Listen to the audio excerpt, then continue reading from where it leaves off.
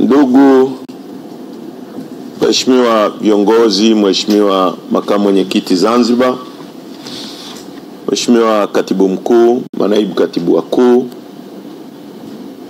wenye viti wa kanda, wajumbe wa kamati kuu, makatibu wa secretariat na makatibu wetu wa kanda ambao tumewaalika hapa, na ndugu wa Tanzania.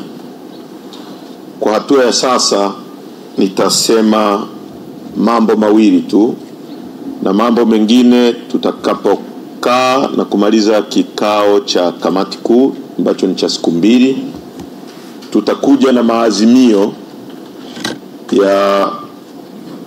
ya kikao chetu cha kamati kuu kwa Watanzania. Kwa hotuba kamili ya kwetu kwa nchi na kwa wanachama wetu itatoka baada ya kuwa kamati kuu imetafakari mambo yaliyoko mbele yetu na maazimio ya kamati kuu yametoka. Lakini kwa hatua ya sasa nataka kusema mambo mawili ili Watanzania wajue tulipo na tunapokwenda. Sote tunajua kwamba tuko vitani na watu ambao wameshindwa kuongoza nchi. Hawakubaliki, hawaaminiki, wanaiba rasilimali za nchi, wamefanya Watanzania kuwa maskini, hawana ubunifu, kuna ufisadi mkubwa unaendelea kwenye nchi yetu, watu wanakufa, hawana madawa, rasilimali za nchi yetu zinatapanywa kwa wageni, wa China, wa Arabu, wazungu.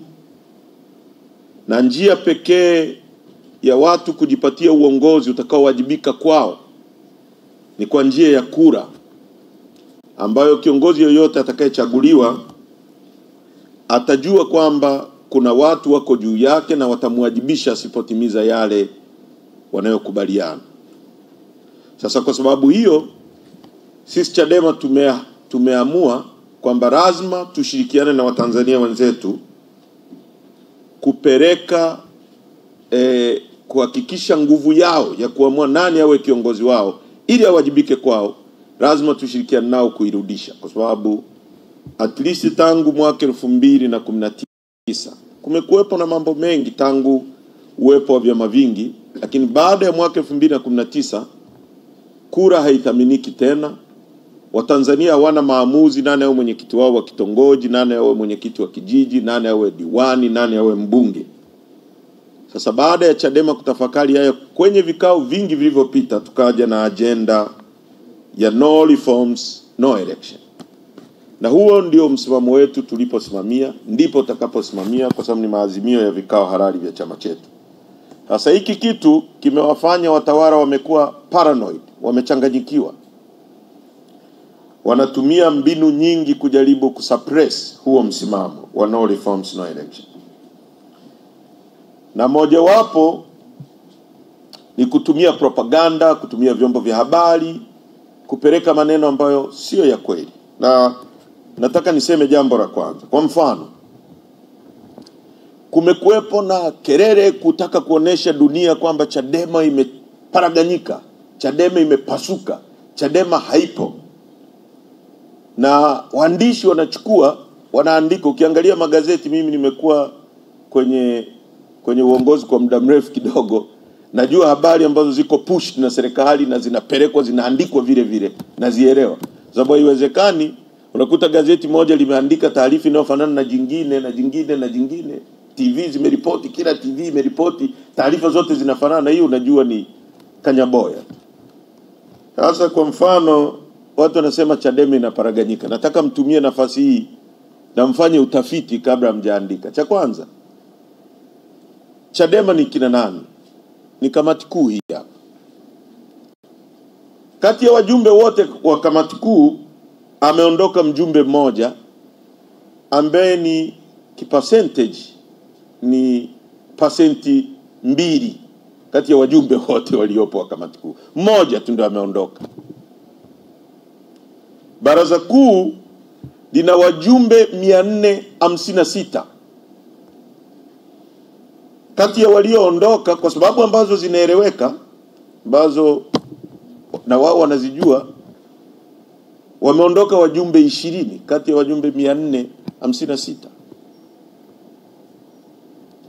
Mkutano mkuu wetu una wajumbe 1194.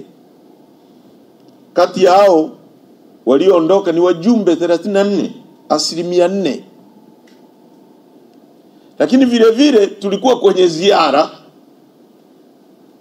kanda ya Nyasa, tulianza nayo, tumeenda kanda ya Kusini, tumeenda kanda ya Serengeti na Victoria.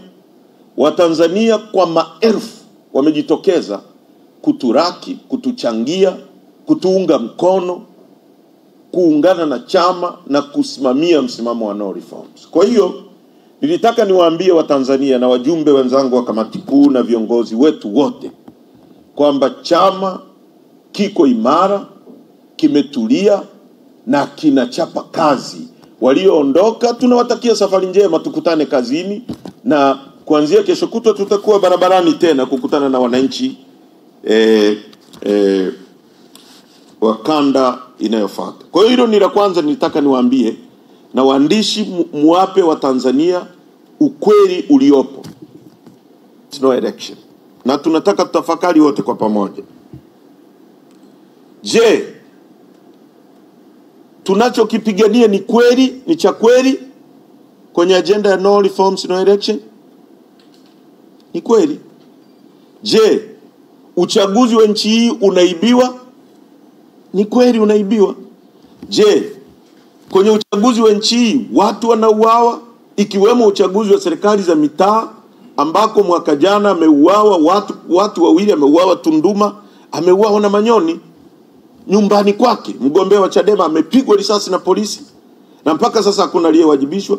Je, watu wanauawa kwenye uchaguzi? Ni kweli watu wanauawa. Je, mawakala wetu wanakuwa mistreated, wanatolewa kwenye vituo, hawapewi nafasi za kusimamia matokeo, wakurugenzi ndio wanaamua nani awe wakala, nani asiwe na wakala? Ni kweli? Je, wagombea wetu wanakatwa majina kwa kuondolewa? Ni kweli? Na uthibitisho mwingine ni kwamba waziri wa TAMISEMI alisema wakati wa uchaguzi wa serikali za mitaa kwamba wameondoa wagombea wa upinzani 26,000 na hakuna mgombea wa CCM aliyeondolewa hata mmoja kwa kutokujua kusoma na kuandika. Na miongoni mwa mambo ya kijinga kuwahi kutokea kwenye nchi hii ni kwamba wakili Deogratias Mahinyira, wakili wa mahakama kuu, ameondolewa na gombea kijiji cha kwao kule Berege kwamba hajui kusoma na kuandika, lakini mgombea wa CCM darasa la 4 anajua kusoma na kuandika kuliko wakili. Kwa wagombea wanaondolewa. Haya tunayoyapigia ukweli kelele ni ya kweli, ni ya kweli. Yapo yamefanyika kwenye chaguzi 3 mfululizo baada ya kuwa Rais Samia ametuahidi kwamba hata rudia iliyokuwa yamefanyika, akarudia kwenye utawala wake. Kwa mambo yote haya tunayoyapigania ni ya kweli. Sasa kwa sababu ni ya kweli, tufanyeje?